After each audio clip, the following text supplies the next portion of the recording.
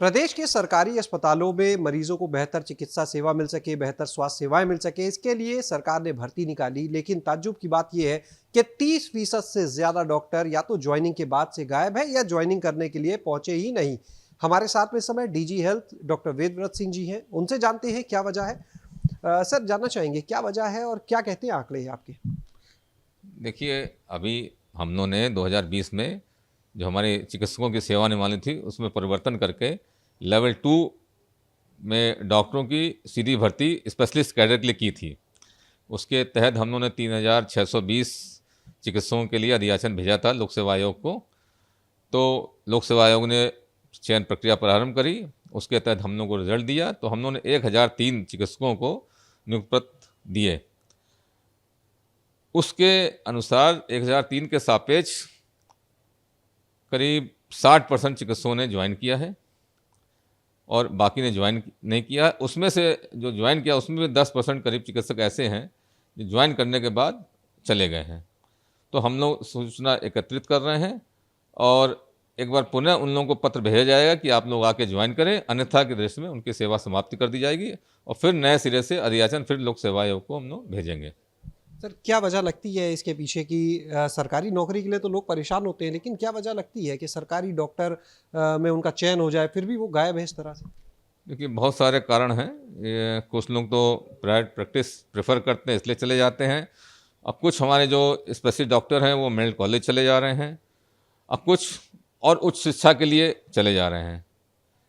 और मैं समझता हूँ जैसे हमारे प्रदेश में नए नए मेडिकल कॉलेज खुल रहे हैं तो आगे आने वाले 4-5 वर्षों में हमारी जो चिकित्सकों की कमी है वो पूरी हो जाएगी और हमारी जो प्रदेश की जनता है उनको सेवा मिलना प्रारंभ हो जाएगा। सर, एक बड़ी समस्या है कि अगर डॉक्टर आएंगे, उनकी आपने पूरी एक प्रक्रिया की, पहले चयन की, एक लंबा समय बीता, उसके बाद उन्होंने ज्वाइनिंग नहीं की या ज्वाइन करके गायब हो गए। दोनों ही कंडीशन में पद भी है, वो पद लेकिन भरा हुआ दिख रहा है। ऐसे में आप नई भर्ती भी नहीं कर पाते हैं, फिर एक नए सिरे से पूरी प्रक्रिया करनी पड़ती है आप लोग को।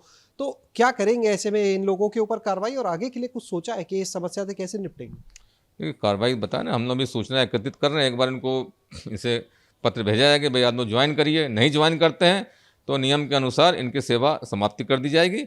उसके बाद फिर नए सिरे से अधियाचन भेजा जाएगा। आगे के लिए कोई ऐसी व्यवस्था कि लोग या तो जिनको नहीं ज्वाइन करना है वो आवेदन ही ना करें, ताकि इस तरह की लंबी प्रक्रिया से ना गुजरना पड़े, कुछ ऐसी व्यवस्था करने पर? देखिए, ये व्यक्तिगत मामला होता है, इसमें कैसे माना जाए कि कौन व्यक्ति ज्वाइन करेगा नहीं करेगा।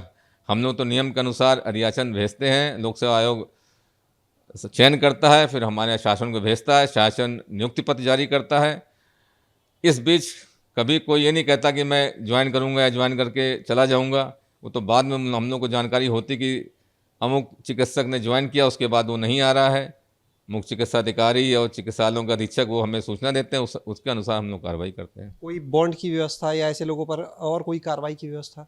नहीं, ऐसे चिकित्सकों पे जो लोक सेवा चुनता है उनमें कोई बॉन्ड नहीं है, इसलिए हम लोग उस तरह कोई कार्रवाई नहीं कर सकते। कोई अपील करेंगे ऐसे लोगों से, क्योंकि पूरा मामला स्वास्थ्य का है? जी, ये तो मैं अपील करूंगा कि भाई हमारे प्रदेश की जनता, जो गरीब जनता है, उसकी सेवा के लिए अधिक से अधिक चिकित्सक आएँ और समाज में भी अपना कुछ योगदान दें, क्योंकि इसी समाज की वजह से आप डॉक्टर बने हैं, स्पेशलिस्ट बने हैं। तो कुछ जिम्मेदारी बनती है कि जो हमारे समाज, हमारी जो जनता है प्रदेश की, उनको भी सेवा दें आप लोग।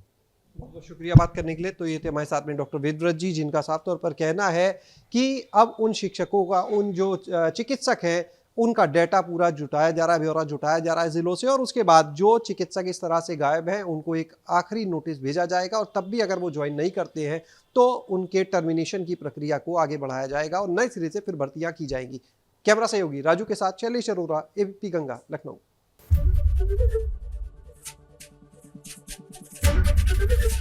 एबीपी गंगा, खबर आपकी, जुबान आपकी।